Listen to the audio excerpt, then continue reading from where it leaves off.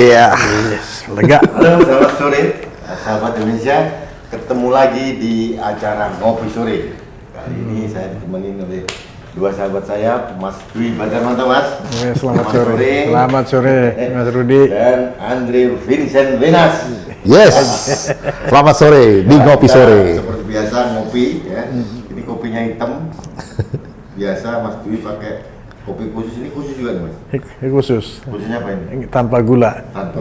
Oh, Ini hanya pakai garam dong ini. Itu bukan. Mecin yang sebelah sana. Pokoknya minum dulu, kita ngopi dulu. Habis ini kita ngobrol lagi. Ya. Alhamdulillah, senang lagi. Maaf, kalau bisa kita ngopi dulu. Ya. Maaf, gimana ya? Kita ngopi ya. Mantap. Mantap kopinya dari Mr. Teddy. Jadi, oke. Kurang. Ini sore-sore tidak semendung biasanya, agak cerah, dari siang panasnya luar biasa. Ya, Jakarta panas. Apa yang bisa kita ngobrolkan ini? Jakarta banyak monumen peti mati sekarang. Wah. Bahkan saya dengar tadi di salah satu pasar di mana gitu ya, ada petugas yang membawa peti mati Aduh. dalam rangka operasi yang tidak menggunakan masker. Jadi, Wah, ini luar biasa ini. Untuk nakut-nakutin. Apakah untuk nakut-nakutin atau kurang pekerjaan nggak tahu itu. Manajemen. Orang katanya kalau yang nggak pakai masker dimasukin peti mati. Masukin peti mati. Akhirnya saya dengar juga dibahas di media internasional itu. Di Jerman ya ini apa-apaan ini? Menurut Mas Dwi, efektif nggak sih itu? Saya pikir enggak. Kita boleh tes kepada saudara-saudara kita, efektif nggak seperti saya pribadi enggak ngena. Iya, ini Menurut Andre gimana? metode jenazah ini kan mulai dipakai dari sejak pilkada, pakai jenazah. Sekarang ini mau kampanye COVID, jenazah muncul lagi. Apa gitu ya? Saya melihat begini, ini apa ya? Pemerintah ini kurang kreatif atau kehilangan akal atau terlalu kreatif gitu atau terlalu banyak akal atau apa? Sebentar dulu Mas Rudi, ini pemerintah mana nih? Pemerintah pusat atau pemerintah daerah? Nah, peti jenazah ini kan konteksnya dalam Pemda DKI lah ini. Perlu ini. mengkritisi juga. Gugus Satgas penanganan COVID itu kan inline dari tingkat 2, tingkat 1, tingkat pusat. Yang dilakukan oleh Gubernur Jakarta. Ini kan kapasitas beliau sebagai kepala Satgas juga. Di daerahnya ya, di wilayah DKI ya. Oke. Otomatis pengertian saya ya pusat ngerti dong gitu. Kalau nggak ngerti masuk parsial masing-masing boleh, berkreasi masing-masing gitu.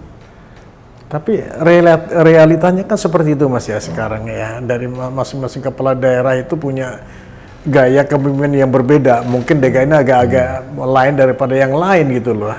Tapi cara kampanye. saya setuju dengan Mas Dwi, tapi begini Mas Dwi, ini menunjukkan betapa tidak sinkronnya manajemen pusat dengan daerah. Jadi yang daerah bisa semau-maunya, yang pusat juga nggak bisa bikin apa-apa akhirnya. Gimana Mas Dwi lihat? Tapi itu kan itu ya, hasil reformasi sebenarnya itu. Reformasi. Hasil reformasinya seperti ini ya. Iya ya. Maksudnya Maksudnya otonomi daerah segala macam itu ya? ya, karena kan terjadi setelah 98 kan ya. Ya, Dampaknya kayak begini sekarang nih. Sepertinya sekarang seperti itu gitu loh. Iya, Jadi iya. kalau kita bisa salahkan, mari kita salahkan Rias Rasid rame-rame. Ya, tetapi kan kenapa sekarang itu tidak ada pengawalan yang ketat gitu Sebetulnya ya. secara teori bagus, ya, Iya. intinya untuk otonomi daerah bagus, supaya Iya, tidak iya. ada sentralisasi terlalu besar seperti zaman Orde Baru. Zaman Orde ya, betul. Tapi masalahnya adalah bagaimana mempersiapkan desentralisasi ini dengan baik, dikawal Iya. dengan baik, dipersiapkan Dengan dengan baik, baik. iya. Iya. Yang terjadi sekarang, yang tadi yang sering kita bicarakan, muncul yang namanya apa namanya raja-raja kecil Iya. di setiap daerah. Diktator-diktator kecil. Nah, Lebih ekstrim lagi. ada Lebih serem. ada yang menarik. Apa tuh? Ada satu daerah di daerah Lombok, NTB. Oh. Oke. Nah, itu bupati waktu saya tugas di sana dalam rangka pelatihan dan sebagainya, ada kepala dinas kesehatan. Oke. Kalau di mana-mana seluruh dunia akhirat itu kan kepala dinas kesehatan dokter. Profesi. Dokter Nah, dong. Iya, Ya, makanya dokter ini dong. profesi Iya, iya, dokter. Saya Ya. tanya ini kepalanya SAG. SAG itu agama ya? Sarjana alam goib. Sarjana agama. Kenapa? Lantaran? Saya tanya juga sama orang kok bisa nih? Sarjana SAG, sarjana alam goib ini. Ternyata adik iparnya bupati. Oh, ini dinasti ini. Nah, seperti itu. Iya. Ada lagi pernah kejadian di Banten. Wah, itu memang udah paling par excellence, contoh dinasti yang par excellence, sempurna. Dijabat oleh insinyur kehutanan. Wah, mantap juga. Waduh. Mungkin banyak orang hutan yang sakit. Karena apa? Pertanyaan saya gini, apakah tidak ada range control dari tingkat 1, kalau terjadi tingkat 2, tingkat 1 ya, terus kemudian kalau tingkat 1, pusatnya, apakah nggak ada range control gitu? Iya, itu betul juga sih. Kenapa kok terjadi pembiaran? Gitu ya? Iya. Negara ini kok jadi kayak federal kecil-kecil gitu. Iya. Kayak naik gitu. Iya, nggak ada koordinasi lagi. Ini mungkin ya Mas ya, saya melihatnya ya, ini setelah 98 ini kan kita diberikan kebebasan apapun, segala macam diberikan kebebasan tanpa kontrol Mas ya. Termasuk bagaimana media juga harus ini Mas. Mungkin ini ada pengaruh besar dari perkembangan media sekarang ini gitu ya. Tapi kita punya DPD kan yang bicara soal otonomi daerah kan. Selain DPR ada DPD, para senator-senator ini. Apa sih fungsinya sekarang ini mestinya nih? Kan mereka juga mestinya membicarakan karut-marutnya antara pengelolaan manajemen pusat dengan daerah. Ini DPD para senator-senator ini kok kayaknya sih hanya duduk diam manis. Memang ada DPD Mas ya? Pertanyaan bagus. Maksudnya pertanyaan bagus nih, mesti kita jawab nih. Ya, ada DPD itu ya. Ada ini yang terjadi. Ini kan kita pakai sistem parlemen bikamar istilahnya. Bikameral. Dua kamar ya. Nah, jadi ada senat gitu ya. Ada lagi apa namanya? DPR. Jadi senat-senut ya. Mereka sendiri aja Mas. DPD itu minta diberikan hak untuk legislasi, untuk nggak boleh sama DPR. Jadi ini perebutan kewenangan ini ya. Jadi nggak karu-karuan. Iya. Pertanyaannya, kalau belum jelas aturannya, kenapa dibentuk gitu? Nah itu. Iya. Ini mereka pakai pemilihan juga waktu pileg kemarin kan ada dua, yang DPR RI sama yang DPD. DPD, iya. Udah 10 tahun yang lalu udah terjadi. Iya. Begitu, Mas. Tapi nggak disfungsional sekarang ini nggak. Orang-orang ini yang membuat akhirnya diputuskan secara politik dibentuklah DPD gitu ya. Apa nggak diatur dulu ya? Kemenangannya DPD ini loh. Iya, mestinya. Gitu ya. Ini loh. Nah ini udah dibentuk, udah jadi rebutan. Kayak di Amerika kan ada senator karena apa? Mereka kan federal bentuknya. Ya. Gitu. Nah Indonesia kan mau sebetulnya Yang repot akhirnya presiden. Iya. Kenapa? Setiap tanggal 17 Agustus ada pidato di depan DPR, di depan DPD, di depan MPR. Ini negara dagelan. ya itu mesti ditinjau ulang. Kita mesti angkat satu waktu nanti topik khusus mereview, mengkaji ulang DPD dan otonomi daerah. Biar fokus minum dulu Mas. Ya karena kita udah pusing nih Mas, minum dulu deh. Kopi khusus. Ini kopi khusus nih. buat saya Ini yang penting Mas. Saya kadang-kadang juga mikir negara ini mulai dari mana? Orang yang di DPR itu, yang di Senayan itu kadang-kadang untuk merasa benar gitu ya. Merasa paling benar, merasa paling hebat. Nah dulu kan sekarang ini, dulu dan dibandingkan sekarang Mas, itu karena zaman Orde Baru itu kan kekuasaan itu lebih condong berat ke eksekutif toh. Iya. Nah, jadi semuanya eksekutif. Nah pada saat reformasi kebalik ini. Iya. Digeser, dibongkar ke sana sehingga lebih kuat di legislatif. Mau ngangkat duta besar, izin. Panglima TNI, Kapolri, terus apa lagi. Jadi ini kayak gini-gini nih. Nah. Jadi kadang-kadang Iya memang, makanya karena kebebasan yang kebablasan, Gus Dur juga bilang DPR ini kayak anak TK. Kayak kemarin aja masih ingat ya waktu siapa ada direktur BUMN dipanggil, terus dibentak-bentak oleh yang dari Antam ya, Antam mana itu? Iya, Inalum ya, Inalum ya. Ternyata ujung-ujungnya hanya mau minta dana CSR. Itu memalukan sekali. Jadi saya jujur Mas, saya tidak pernah takut untuk mengkritik DPR karena bagi saya DPR itu adalah anak buah saya sebagai rakyat. Wakil kita kan? Wakil kita dong. Amanah sih kita berikan ke mereka. Iya. Artinya mereka jangan bisa menjadi pejabat, jangan berlagak menjadi pejabat pamrih praja. Iya. Sekarang kan jangankan di legislatif mas, ada perubahan mindset kan.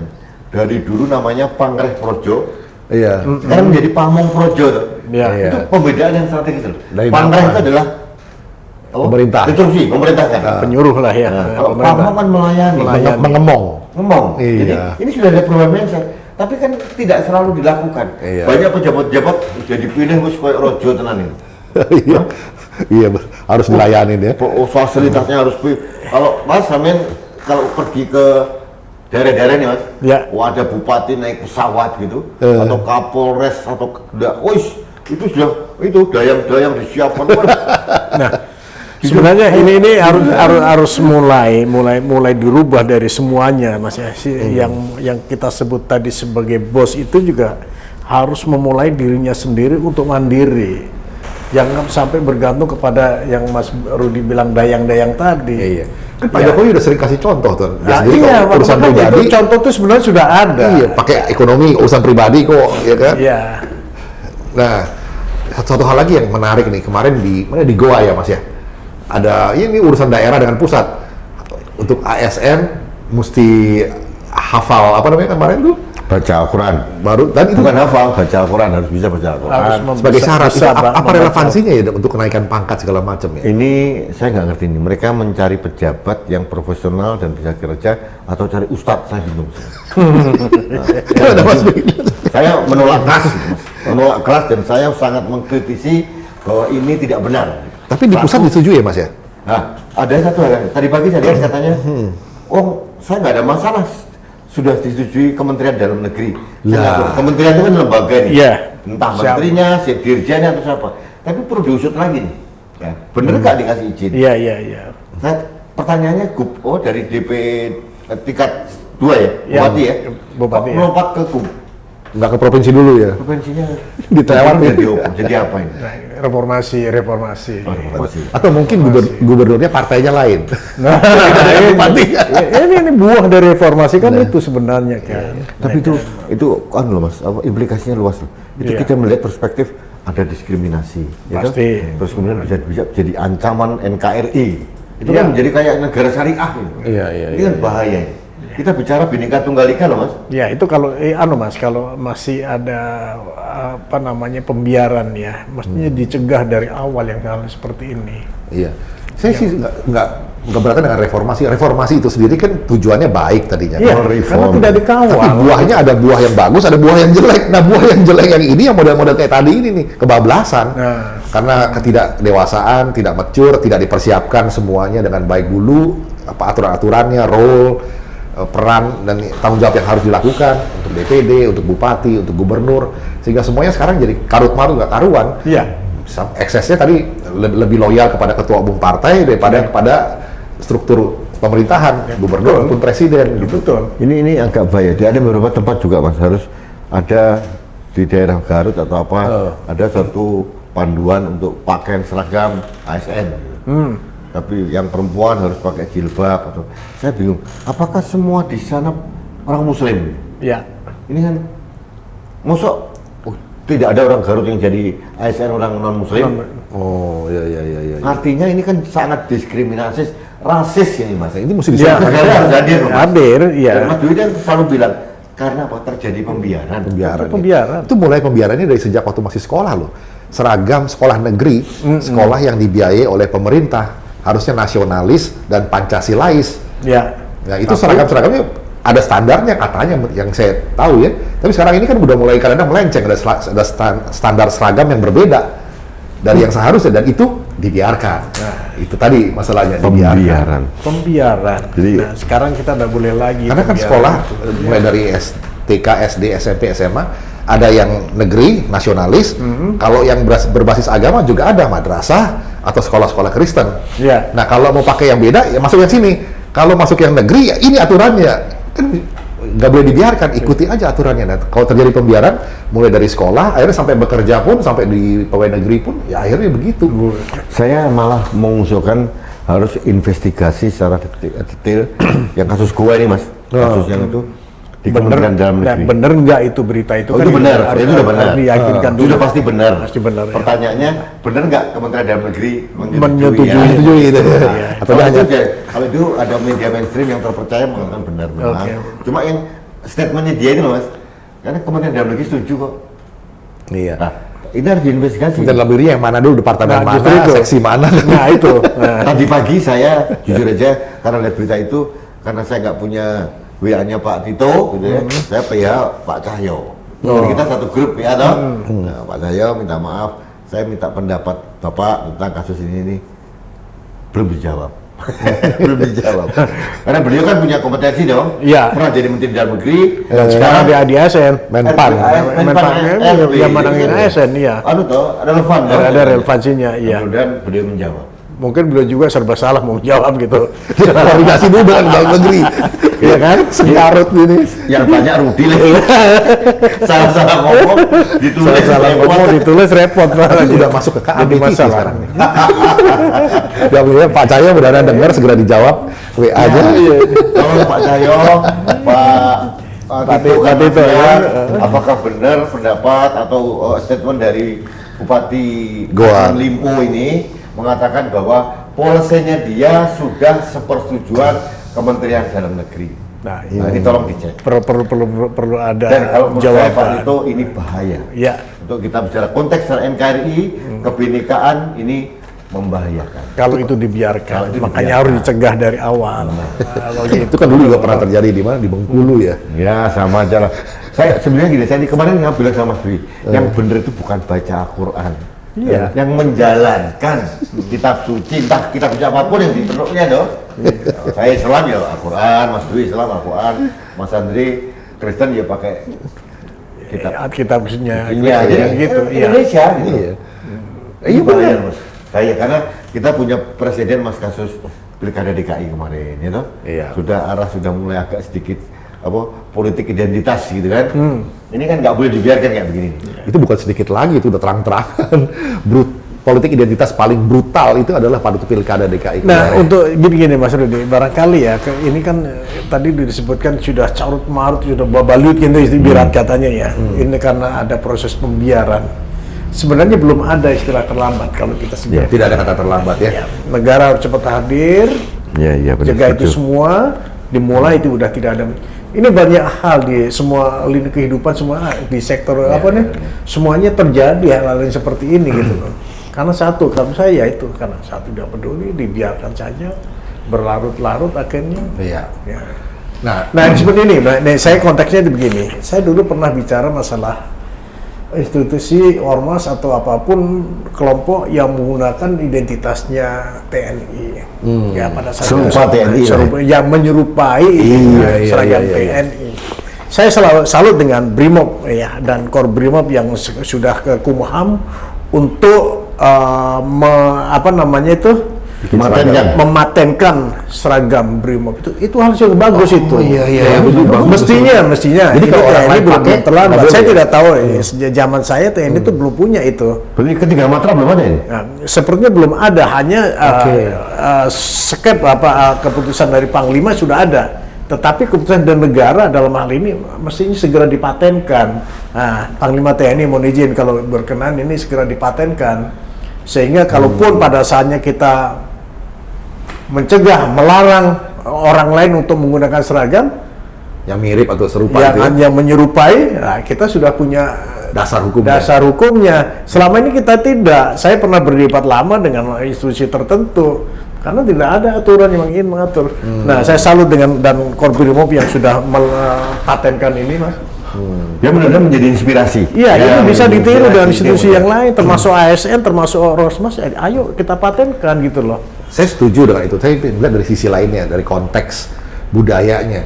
Kenapa sih orang suka sekali meniru-niru seragam-seragam yang menyerupai militer? Merasa paling biasa ya. Dan bisa melakukan represi seolah-olah kayak gue lebih hebat lah gitu kan. Dan akhirnya itu pun diadopsi oleh banyak partai loh. Iya. Itu underbow-nya pakai seragam-seragam yang model militer. Macam-macam lah kita sebut aja. Ada Pemuda Pancasila, yang dari Nasdem ada, PDIP ada. Dari semua partai adalah gitu ya. masuk Demokrat, ya? Aku kadang-kadang lucu Mas. Lihat mereka ini yang non militer nih, non militer pakai itu udung guyu ya. Ketawa. Dagelan gitu. Ya ada dari FPI juga ada putih-putih apa. Pakai pangkat lagi. Pemandangannya gagal tapi. Ya itu kan mentalitas anak kecil yang lagi pengen dianggap hebat. Ya. Ya mereka anak kecil. Jadi kembali ke Mas Dwi tadi, kita berharap ya, instansi 3 matra yang lain segera memakai. Segera mematenkan gitu. Ini penting. Lebih percaya diri. Brimob sudah jalan. Ya, Mudah-mudahan sudah juga Mas. Mudah-mudahan di luar sepengetahuan saya mungkin sudah ya. Sehingga pada saatnya kalau kita harus melarang itu. Ya. Tapi ya mohon maaf lah, jangan dibawa-bawa lah banyak. Ada menteri tertentu yang pakai komando. Apa iya sih ya? Apa iya harus begitu gitu loh? Iya. Nah gitu loh. Mungkin kurang percaya diri kalau nggak pakai itu, nggak pede gitu. Nah, enggak dong, udah semua jabat tinggi, Mestinya, kan? jabat tinggi mestinya tak begini aja, Mestinya, ngomong iya. aja sudah, tidak harus pakai itu gitu. Nah, itulah. Mas, Ya kan? ada lagi nih isu nih. Isu yang menurut saya ini keceplosan orang atau mungkin orang dia tidak cerdas atau orang dia ngomong nggak dipikir implikasinya. Kasus Puan Maharani. Oh, Kenapa yang, tuh? Yang dari Sumatera Barat ya? Nah, Puan Maharani mengatakan berharap mudah-mudahan Provinsi Sumatera Barat, Masyarakat masyarakat Surabaya terus menjadi Pancasila lah. Ya, Marahlah orang Minang-Minang ini. Dianggap mereka tidak belum Pancasila. Ya. Lagi dituntut. Dan seperti biasa, ini apa namanya dayang-dayang dan pengawal, langsung Bereaksi. Rame-rame membela. ya. Klarifikasi sekjen ini. Tapi menurut saya gini, pemimpin-pemimpin sekaliber ketua DPR, kemudian ketua umum partai atau elit-elit partai harus mulai hati-hati. Betul. Memberikan statement yang implikasinya itu sangat luas. Implikasi politisnya. Ya, mengkritisi suatu, apalagi menyebut suatu daerah itu kan bahaya. Ya. Apalagi yang kayak Minang itu kan di mana-mana kekerabatan mereka tinggi itu Mas. Ya. Itu Madura misalkan, Minang, Batak kayak atau mungkin kayak kemarin si Tengku Zulkarnain misalkan menghina orang Jawa. Oh, saya sebagai orang Jawa juga, jiwa pursa saya. Bukan tersinggung, terusik. Iya dong. Terusik kan ya. Masalahnya kalau yang ngomong orang nggak apa-apa, ini kan ganggu ya kamu. Semakin tersinggung saya. Ya, ini ya itu loh. Kasus Mbak Puan, mohon maaf, hati-hati. Pembelajaran bagi semua pejabat negara untuk hati-hati memberikan statement, dipikir dulu implikasinya dan dampaknya. Ya. Kita dalam masa pandemi ini harus mulai, jangan ada letupan-letupan yang nggak perlu gitu terjadi. Betul. Ini bahaya juga ya. Setuju. Ya karena itulah perlu kematangan juga karena jabatan yang dia pegang adalah jabatan politis. Statementnya akan dianggap sebagai statement politis. Ini bahaya juga. Dan dampaknya Apalagi menjelang pilkada sekarang ini kan. Nah, ya buat itu. luka daerah. Aku pernah ingat Mas, tanggal 22 Februari tahun 2020. Nah, itu baru-baru kemarin itu ada kegiatan namanya Kenduri Kebangsaan di Biren Aceh. Nah, waktu itu ada Pak Jokowi datang, ada beberapa menteri datang, kemudian sambutan awal biasanya Pak Gubernur kan, Pak Gubernur nyambut gitu, namanya Pak Nova nyambut. Mungkin Pak Nova ini mau mengambil hatinya Pak Jokowi, mungkin maksudnya dia baik, di depan publik banyak gitu dia minta maaf kepada Pak Jokowi, minta maaf bahwa yang lalu-lalu kami mungkin karena dia nggak, Jokowi kan kalah telak di Aceh toh, dia minta maaf karena itu. Kenapa mesti minta maaf ya? Ingin mengambil hatinya Pak Jokowi kan. Sekarang dia begini, apa yang terjadi? Pak Jokowi marah. Pilpres sudah selesai. Iya. Saya datang sebagai presiden untuk seluruh bangsa Indonesia. Ya. Bagus itu. Keren toh? Iya. Nah, ini orang kadang kepala daerah ini harus Itu mah mau ngambil hati amanat. Iya. makanya saya dulu ngomong Mas, ngangkat isunya tuh anjay banget. anjay saya jadi gubernur ya. Jadi saya dulu bilang muncul Mas ini, pejabat-pejabat ini harus ada pelatihan untuk komunikasi publik. Iya. Penting ya. Kadang-kadang pejabat-pejabat tidak semuanya bisa pidato dengan baik. Betul. Terlebih dari itu adalah memilih topiknya. Nah, itu. Kecerdasan sosial dia, kecerdasan berkomunikasi itu penting. Iya. jangan hanya biasanya pejabat kan banyak kan Teks, ya kan? baca dan itu udah disiapkan oleh orang lain kan gitu kan. Jadi pada saat dia ini nggak bisa. Ya. Pada apalagi kalau ketemu wartawan doorstop begini, boleh bisa nggak karu-karuan, nggak terarah. Ini hati-hati deh. Makanya pejabat itu bukan sekedar populer, bukan sebagai pinter kerja, tapi juga pintar berkomunikasi dengan baik. Ini penting. Ini pejabat yang ingin populer ini isunya begini, Mas. Dulu Februari juga nih ada gubernur yang beli alat damkar. Katanya dari Kroasia, canggih banget, bentuknya robot.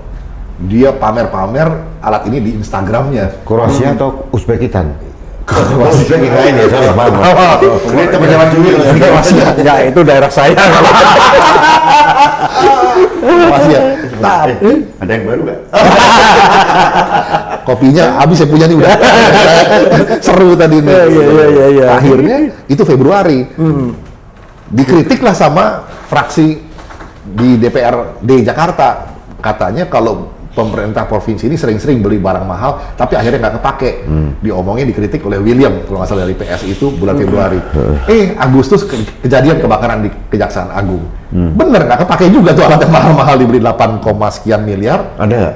Dan waktu Ada nggak tuh anunya? Alatnya ada nggak? bagus pertanyaannya. Nah, itu. Nah, sekarang ini begini, kemarin ada RDP, rapat dengar pendapat, ditanyain tuh sama fraksi ini. Nah, ternyata si kepala dinas kebakarannya bilang, oh itu memang ada kelebihan pembayaran 800 juta sekian, sedang dalam proses pengembalian. Loh. Februari ditanyain bulan Agustus lagi mau sedang akan dikembalikan. Mas, apa namanya? Itu bagaimana? Pengembalian Boleh nggak itu ya? uang itu tidak menghilangkan unsur pidana. Dalam teori korupsi, Mas. Saya korupsi nih, ketahuan korupsi, kemudian saya mengembalikan uang korupsi saya, itu tidak Menghilangkan itu kan? Pidana. Kalau nggak ketahuan hanya mengurangi, Ya. mengurangi saja. Iya. Jadi kalau Mas Andre, rakyat Jakarta, saya melihat ini Mas, sorry Mas, saya kenapa nggak terlalu tertarik. DPRD kan balancing power, mestinya. gitu? Tuntut aja Mas, undang KPK, ya, undang BPK audit, tuntut dong. Karena itu jelas-jelas pelecehan logika hukum gitu. Ini jelas, oh ketahuan Mas Dwi ketahuan nyolong duit saya nih. DPRD Jakarta berani nggak Mas hidup ya? menuntut langsung? DPRD Jakarta tuh bilang, Ya, tuntut aja langsung. berani nggak? Kalau partai nggak bisa, kalau di fraksi nggak bisa, partainya tuntut. Langsung. Nah, keberanian itu ada Nah, tidak? iya. Jadi Kan jangan gitu. polemik terus gaduh di publik gitu. Jadi itu apa anunya? Dan itu yang baru disenengin sekarang itu kan itu, gaduh itu kan. Iya itulah. Iya kan? Yang penting gaduh. Tuntutlah. Ayo. Gitu. Ada celahnya, ada toolsnya untuk melakukan itu. Iya. Langsung lakukan penuntutan ya. Iya. Gitu aja sudah. Jadi nggak usah kita polemikan, tuntut saja. Terus yang kedua ini Apa ada nih? beberapa tadi pagi juga baca banyak. Disinyalir Mas, disinyalir belum benar. Ya, Oh, ini kebenarannya masih bahasanya dianukan lagi. tinggi. Disinyalir, ditengarai. Tengarai, disinyalir kebijakan Gubernur Jakarta tentang ganjil genap. Itu menciptakan klaster baru penyebaran COVID-19. Wah, iya, saya pernah dengar juga Oh, itu. iya. Pendapatnya Mas Dwi, Pak. Itu memang pilihan yang serba salah. Serba salah. Mungkin saya juga Nggak ada serba benarnya ya. Ya, saya coba memahami kebijakan itu gitu ya. Dilakukan ganjil genap. Masyarakat yang punya mobil ganjil kan harus menggunakan transportasi umum ya. Terjadilah dempet-dempetan, nah, gitu kan. Kalau itu tidak diberlakukan ganjil genap, mungkin volume kendaraan akan penuh di Jakarta ini. Ya, memang diperlukan keberanian, pilihan yang mana.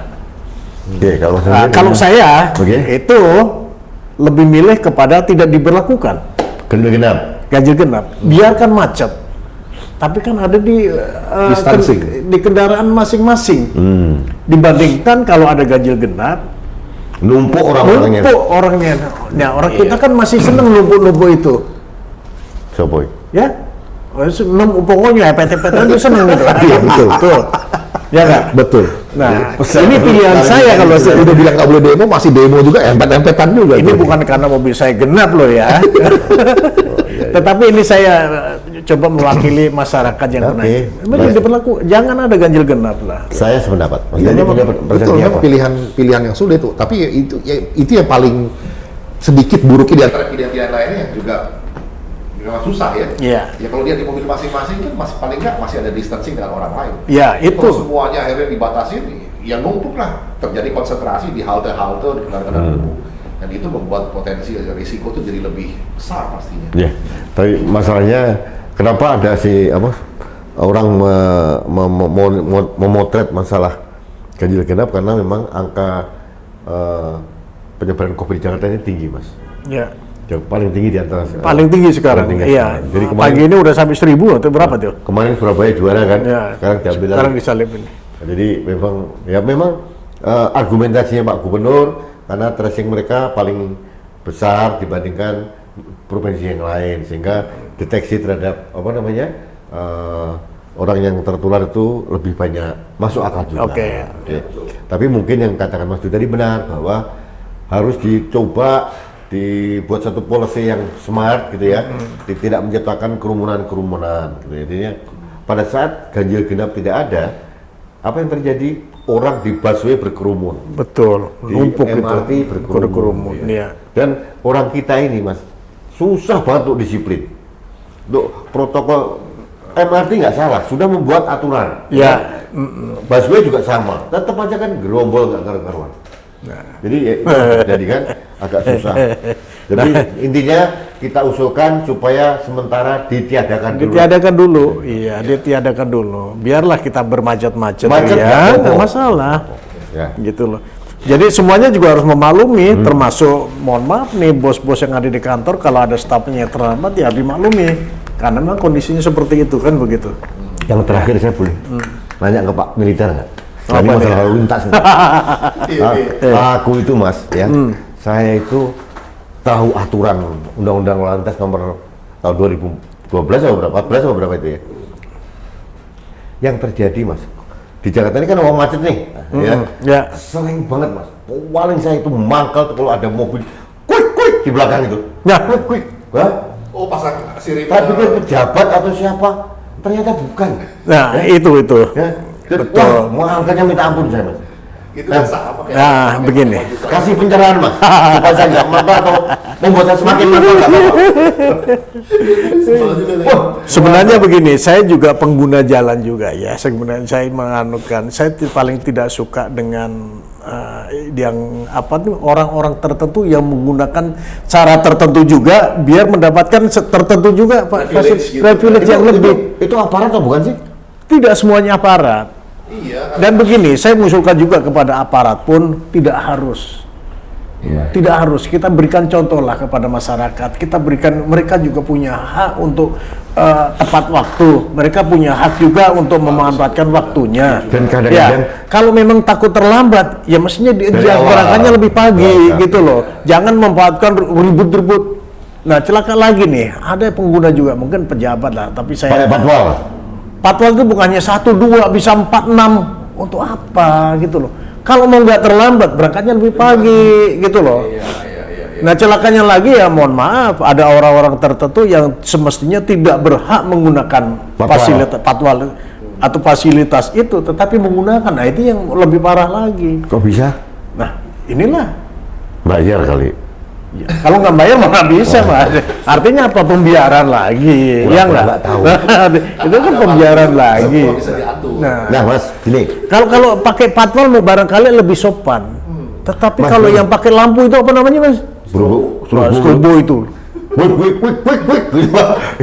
Kayak orang iya gitu. Saya jujur, saya paling tidak suka. Saya hanya Mas Dwi tahu nggak? Yang dari persepsi orang sipil itu dianggap aparat loh Mas. nah, Iya kan? karena begini. Aparat loh. Karena begini, persepsi itu betul, sekali saya menyalahkan ya. Saya banyak ketemu teman-teman orang yang berani menggunakan strobo itu, atau orang-orang yang menggunakan yang sering melanggar menggunakan bahu jalan tol. Ini saya agak sakit, saya mantan TNI ya. Terus dia bilang itu yang berani kan hanya 2 Pak. Kalau nggak TNI Polri. Wah, celaka itu. Padahal kan tidak semuanya gitu loh. Nah ini Loh, saya ingin Mas, saya mau protes keras. perlu Mas. ada Protes juga sama Mas Dwi ini. tegas dari Protes juga petugas gini. gitu. Jadi, protes sampaikan sama Pak Polisi itu Mas. Di Ya. jalan tol ini, itu. Ya. Kalau di jalan kan bahu jalan kita kira kan ditangkap Mas. Ya. Nah, kalau ada rombongan tentara, Ya. mobil tentara atau mobil polisi, dia pura-pura pergi nih polisinya ini. Lewat lagi lah, gitu ya. Begitu mereka udah pergi, ini terjadi loh. Supaya Ya. saya enggak, ini bukan fitnah loh ini. Ya. Pertama udah pilih tempat pilih, Hah? yang kedua bukan yang mencegah tapi mencegat gitu ya. Mencegah, bukan mencegah ya. Nah, ini kalau boleh dibilang kan itu oknum ya. Mungkin oknum. Boleh kita kan ini sebagai kalimat eksis kan begitu. Ini oknum gitu. Saya lihat lagi pangkal. Tapi betul Mas, mestinya ada aturan tertentu. Kalau di negara-negara maju yang menggunakan foreigner, yang menggunakan presiden itu, itu hanya warga. presiden dan wakil presiden. Di sana pasar Mohon maaf. aja nggak boleh sembarangan. Oh. Mas, Iya, Mas, makanya kalau mau nggak terlambat dalam satu kegiatan, berangkatnya lebih awal. Itu yang paling bijak. menurut saya Mas, ini tidak terjadi. Aku itu yang paling sebel ya. Mungkin pejabatnya tidur di mobil atau apa. Yang kurang ajar itu nyun sewu nih. Ya. Bahasa saya mungkin agak kasar. Karena pengguna sudah mangkal nih, berpuluh-puluh tahun ini menyimpan. Ini patwal ini loh. Bukan hanya polisi loh. Ya. Patwal dari Pomau atau dari tentara juga. Itu juga, seolah wih penguasa jalanan nih, kamu minggir, rakyat sipil. Wah ini bosku mau lewat. Itu yang harus dicegah, Mas. Waduh. Harusnya itu harus ada aturan. Negara ya. ini mbahmu gitu. Nah, Perasaan lah itu. Nah, saya jujur termasuk orang yang tidak mau diatur seperti itu. Misalnya saya pas ngendarain mobil, kemudian ada di belakang itu ada lampu yang nyala biru itu kan, plak. Saya lihat dari kaca dalam itu kan kelihatan siapa sini. Oke, kalau petugas saya hargain, mungkin juga harus seperti itu. Tapi kalau itu mobil preman, mohon maaf, saya tidak akan pernah mundur. Kasih pelajaran. Mas, ya. kalau nggak Ya. salah kan ada prioritas tuh Mas. Pertama mobil presiden itu jelas ya, itu Ya. ada prioritas lah. Nggak ada lagi loh, yang ada itu mobil ambulan. Ambulan pun ada dua hal. Ya. Kalau ambulan warnanya itu merah, itu prioritas itu. Karena itu kegawatan darurat. Ya. Kalau warna biru kan harus mati orang ini. Tidak perlu menjadi harus kedaruratan. Itu ada Ya. aturannya loh. Nah. Tidak ada seorang bintang 2, bintang 3 terus dikawal terus yang patwalnya arogan, penguasa jalanan yang sipil keluar. Mobilku pernah digedor-gedor Mas. Marah saya ini kan belum lunas. Nah, ini nih apa ya saya bilang ini dimulainya dari mana? Karena ini pembiaran gitu loh. Kita nggak pernah ada yang ngatur. Nggak ada yang ngatur. Saya itu pengen mobil belakang saya itu mau saya kasih lampu digital itu loh, Mas. Kalau misalnya ada yang gitu, saya nyalain, itu akan keluar tulisan. Apa tulisan? Kalau Bapak nggak mau terlambat, berangkat pagi dong. Nah, gitu loh. Tulisan begitu kita rem, tulisan di kaca keluar gitu loh. Menarik. Nah, itu kan. Aku menarik. Kalau saya tulisannya beda. Memang jalan nenek moyang lu. Nah, itu Gitu. boleh terserah. Tapi kita memberikan pembelajaran kepada pengguna jalan yang lain gitu. Mas, Ya. yang marah bukan hanya saya loh Mas. Ya. Mas juga dia sempat marah kalau dia quick berubuk gitu kan. Keganggu konsentrasi kita ini. Betul. Kecuali kalau jalan itu lengang gitu loh Mas. Kan macet juga. Kalau lengang kan nggak perlu dia pakai ini. Saya hanya selalu menekan kalau mau nggak terlambat itu kan orang mau buru-buru. Mau buru-buru misal rapat, mau biar nggak terlambat, akhirnya seperti itu. Nah mestinya inilah dipakai loh. Oh iya, biar nggak terlambat, gue harus lebih pagi. Kan sekarang ada teknologi, ya. Lihat jalan Google, wah di sana macet. GPS ya. Kan Tapi gini, begitu. kita harus apresiasi. Kita jangan digedor-gedor, belum lunas mobil. Ada ini harus kita apresiasi juga Mas. Ya. Apa yang dilakukan oleh Pas Pampres ya. Ya. Pas Pampres itu Pak Jokowi minta konvoy in silent. Jadi tidak mau bunyi apapun Pak Jokowi. Jadi mereka begitu sopan, tangannya keluar monggo. Jadi kita tiap hari kan lewat Cibubur Ya. itu kan. Beliau dari Bogor ke Jakarta pernah juga kejebak macet. Mau diapain gitu kan. Jadi begitu sopan mereka. Loh, ini presiden ini. Kata orang ini orang Indonesia nomor 1 ini. Sudah melakukan contoh seperti itu, kok nggak nulang nih? Orang kok kementaknya minta ampun gimana? Jadi petugas memang harus tegas dalam hal ini. Ya, harus kalau perlu dikeluarkan aturan, kemudian disosialisasikan kembali siapa sih yang berhak menggunakan ini. Padahal sudah ada aturan ya Mas, sudah ada aturannya. Mestinya sudah ada, mestinya sudah ada. Ada cerita di Semanggi, ada mobil Alphard gitu dikawal sama mobil gayanya kan yang galak kan fatwanya itu kan siut anti lampu merah gitu. Terabas nggak boleh U-turn, kena U-turn nggak ada fatwa kan? Merasa punya privilege itu. Ada ternyata ada orang waras ini, kebetulan jenderal berhenti beliau, ditanya fatwa kamu ngawal siapa? Ya, mungkin kayak Mas Dwi gitu loh.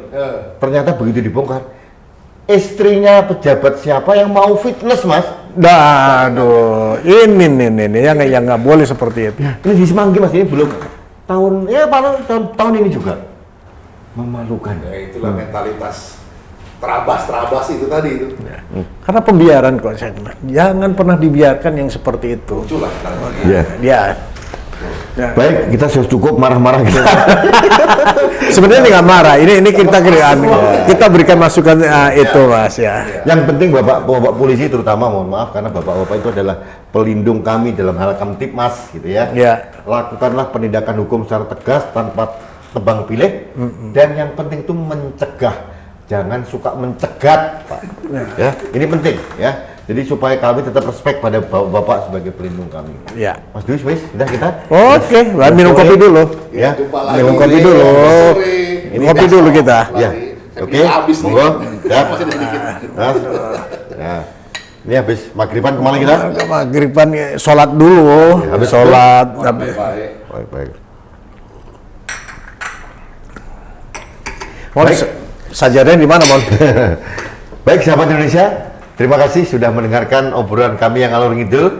Tapi mudah-mudahan apa yang kita sampaikan tuh ada pesan yang diterima oleh masyarakat, mungkin juga aparat yang mendengarkan kita. Intinya niat kami baik. Ya. Ingin memperbaiki Indonesia, ingin menjaga Indonesia, dan kita dari lingkungan yang terkecil kita dulu. Mudah-mudahan bermanfaat. Sampai ketemu lagi di acara Ngopi Sore esok hari. Oke. Terima kasih. Indonesia maju. Iya, terima kasih. Monggo. Terima kasih, Ramon. Iya, siap. Oke, Mas.